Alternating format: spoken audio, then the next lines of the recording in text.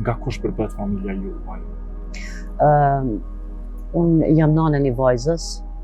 Në fakt, nanë vetë ushqyse, kom rritë vajzën vetë. Kështu që familja e ngusht përbët nga unë dhe vajza, ndërsa kom raporte shumë të mira edhe me vllaun, motrat, mamin, babin. Kështu që edhe pse duket numër e vogël veç unë dhe vajza, jam jashtëzakonisht e lidhne edhe kom vazhdu lidhjet e njëjta edhe me prindrit dhe motrat edhe vllaun. Kështu që e ka plotsu, nuk është se më ka bo mendina i boshllëk, sado që kom kalu sfida dhe vështirësi ka gjatë mëdhaja. Do të thëtë me këtë se jeni e divorcuar? Po, patjetër.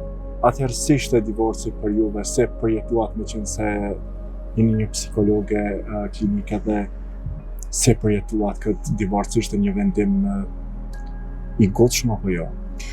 Paraprakisht, para se t'jem psikolog, jam njeri, gjithashtu jam nën. Vërtet është e dhimbshme, vërtet është shumë i rëndë. Më vjen shumë keq kur shpesh dëgjoj edhe gjykohen gratë e divorcume dhe duke mos e pas idenë të tjerë se si e kalojnë atë periudhë. Përgjësia, gjithçka tjetër vërtet ka qenë një sfidë në veti. Jo, nuk ka qenë ngutshme, vendim i ngutshëm, përkundrazi, por në momentet kur tentimet edhe kur nuk ka ndonjë efekt pozitiv në përmirësimin e lidhjes, edhe ajo bëhet toksike, vërtet ajo ndikon edhe fëmijën, prandaj një ndër arsyet kryesore ka qenë edhe gjendja emocionale e vajzës, edhe zhvillimi i saj emocional. Mendoj si kom marrë vendimin më të mirin, po njëkohësisht unë mendoj si ajo çfarë unë kom pas fatin edhe çka e ka bu shumë atë lehtë këtë sfidë me kalu ka qenë familja. Vërtet familja më ka mbështetur jashtëzakonisht shumë. Po sa ishte vështirë për të marrë një vendim të tillë, me qenë se e keni edhe vajzën edhe duke marrë parasysh se një divorc shkakton edhe trauma te fëmijët. Pa dyshim vendimi ka qenë shumë i vështirë, prandaj edhe e ceka ma shumë vendimin e kom marrë edhe për shkak të gjendjes emocionale të vajzës, së zhvillimit të saj emocional, duke marrë parasysh se lidhja ose martesa vërtet ishte toksike dhe nuk sado që kishte tentativa të përmirësonim lidhjen, prap ajo nuk u përmirësua, kështu që vendosa me rrit vajzën vërtet në qetësi, që mos jetë pjesë e debateve dhe pjesë e zënkave patjetër kur çifti ka konflikte, jo gjithmonë është i vëmendshëm për prezencën e fëmijës. Po vajza çfarë moshe ishte? Vajza ka qenë 4 vjet. Vajza si e përjeton? Them drejtën, prandaj e them se ka paraprakisht ka qenë një ndër vendimet më të mira. Vërtet vajza e ka kaluar shumë mirë këtë periudhën, ndoshta pse edhe lidhja shumë e fortë ka qenë me mua, edhe unë gjatë kohës kur vajza ka qenë e vogël kom të gjitha ato angazhimet e mia i kom lënë anash dhe i kom përkushtu vetëm vajzës, prandaj në pjesën më të madhe të kohës ajo ka qenë prezente me mua dhe gjithashtu ka qenë edhe lidhne më shumë me mua, për shkak edhe të punës së bashkëpunëtorit, i cili një pjesë të gjatë të kohës nuk ka qenë prezent. Prandaj mendoj si kjo nuk e ka ndiku keq, përkundrazi mendoj si është një ndër hapat më pozitiv për zhvillimin e saj. Po çfarë raportesh sot keni me ish-bashkëshortin tuaj dhe vajza? Padyshim, unë gjithmonë raportet i kom pas shumë të mira, nuk kom pas atë ndamjen me zhurma, vajzën e kom leju me shku tek gjyshit e vajzës pa ndonjë problem. Kanë ardhur për vizitë, prandaj vërtet unë kom kalu shumë mirë me familjen e tij dhe i kom respektu, ka respektu pafundësisht shumë. Kush ka ardhur për vizitë, familja? Familja, ish vjera edhe ish Pas vjeri. divorcit. Po patjetër kanë vizitu shumë shpesh, sepse neve nuk kemi pas konflikte njëri me tjetrin, me Do të thotë që një ish divorc prindrit shumë shumë paqësor. paqësor ka qenë vërtet. Unë prap kam komunikim shumë të mirë me ish bashkëshortin, kështu që nuk kam pas ndonjë drama ose konflikte me familjen e tij ose ish bashkëshortin. Ka qenë vërtet një divorc i cili kjo e ka mundësu si nga ana e tij, po edhe nga ana ime mos me kalu ndoshta trauma më të mëdha, si zakonisht din me kalu divorcet. Me siguri që e keni kalu shumë lehtë këtë, me qenë se jeni një psikolog edhe keni ditë paka shumë ti menaxhoni gjërat. Edhe nuk dyshoj në këtë aspekt për me marrë një vendim të tillë, e di që e mendu shumë, edhe në momentin që e ke marrë një vendim, e di që asnjëherë nuk e mendon. Jo, asnjëherë nuk e kam rimendu. Mendoj edhe sot, edhe mendoj si gjithmonë se herë ta mendoj prap ka me qenë, edhe pse nuk e mendoj e di shumë sigurt, ka qenë një ndër zgjidhjet më të mira. Divorci nuk e them se është zgjidhje, përkundrazi vërtet është një traumë si për bashkëshortët që të dytë, po edhe për fëmin, por momentin kur ajo vërtet bëhet e rëndë, bëhet traumatike, qëndrimi bashk, atëherë është zgjidhja më e mirë. Prandaj mendoj si e kam bërë zgjidhjen më të mirë, mendoj si vajza është rrit në një qetësi edhe në një stabilitet më të madhe dhe mendoj se kjo ka ndikuar dhe stabilitetin e saj emocional. Prandaj jo gjithmonë divorci është zgjidhja më e keqe. A ka ndodhur ndonjëherë vajza ta bën pyetjen, me qenë se ka qenë vetëm 4 vjeçare kur jeni divorcuar, pse ishte një vendim i tillë, apo pse unë i kam prind të divorcuar? Jo, të them drejtën, nuk ma ka bo asnjëherë këtë pyetje.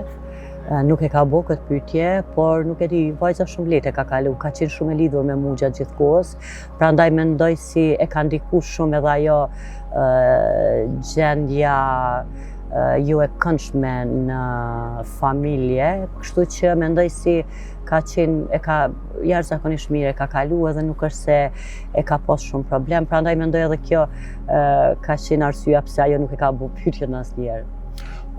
Zakonisht kur divorcohen çiftet, fëmijët nëse mbesin te nana apo te baba, gjithmonë fëmia e ka një urrëtie karshi personit tjetër, domethënë babës ose nanës.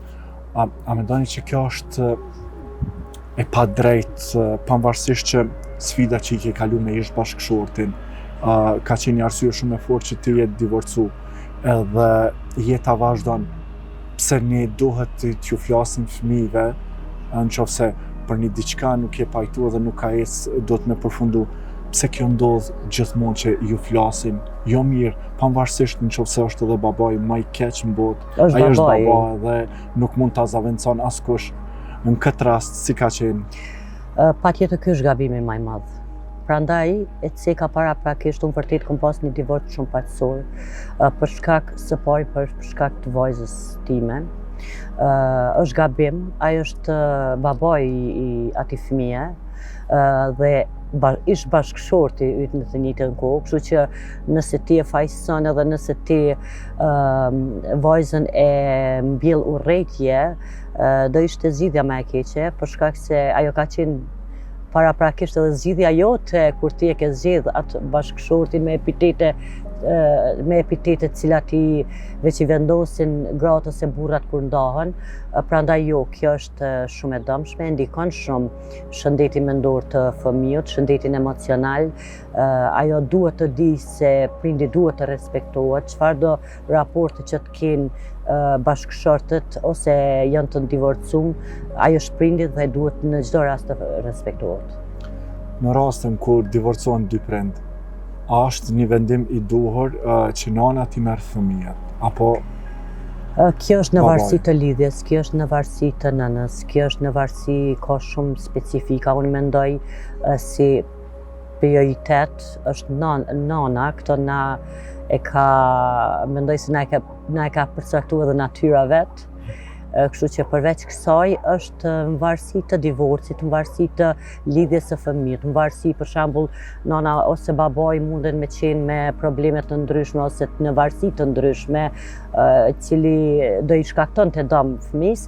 Prandaj nëse nuk janë probleme të tilla, padyshim nana e ka prioritetin, është lidhja cilën e ka kriju së pari natyra, kështu që nuk e zaventson, sado që shpesh janë bo studime, asnjëherë nuk ka një studim të saktë si tregon, vërteton për lidhjen e njëjtë të fëmijët me nënën dhe të babait, për shkak të asaj kohë së gjatë që nëna paraprakisht kalon me fëmijën, edhe gjatë kohës që ai është fetus, ndjen emocionet, që do të thotë është një lidhje më shumë natyrale që natyra ka mundsu, edhe asnjëherë nuk duhet ta harrojmë. Sado që babai është prind, edhe vërtet personalisht unë kam lidhje shumë të fortë me babain, nëna është gjithmonë predispozit ka të jetë ajo lidhja më e fortë e një individit ose një fëmijët. Çka mendoni rastet e divorcit cilat po ndodhin? Po janë divorce të gutshme apo duhet me qenë disa shkaktarë? Çfarë shkaktarësh mendoni që duhet me qenë në një divorc që nuk falen fare për mu divorcu? Përndryshe sot dëgjojmë divorce të ndryshme, edhe ndoshta na duket shumë për një gjë koti janë divorcuar. Na thuaj cilat janë gjërat në divorc që nuk falen, që patjetër duhet mu divorcu? Së pari, mendoj si martesa nuk është aq e lehtë, nuk është fush me lule. Mendoj se duhet pasur një kompromis gjithmonë, duhet të ketë një komunikim të mirëfillt, po do të ketë sfida të cilat duhet të mundohen të kalojnë çiftet. Prandaj ka krizat e veta, kështu që këto kriza edhe këto konflikte, nëse vërtet kanë së pari komunikim si duhet çifti, nëse vërtet e pranojnë njëri tjetrin me të metat dhe me të mirat e tyre, patjetër kjo është shumë e rëndësishme. Njëkohësisht mendoj si duhet pasur kujdes, duhet të rimendohet, sidomos nëse fëmijët janë në mes lidhja, por nëse vërtet ajo bëhet abuzive në aspektin fizik, në aspektin psikologjik edhe zgjat për një kohë, atëherë patjetër që kjo do të shkaktoj dëme shumë të mëdha edhe tek gruaja ose burri, varësi cili është viktima, po edhe tek fëmijët.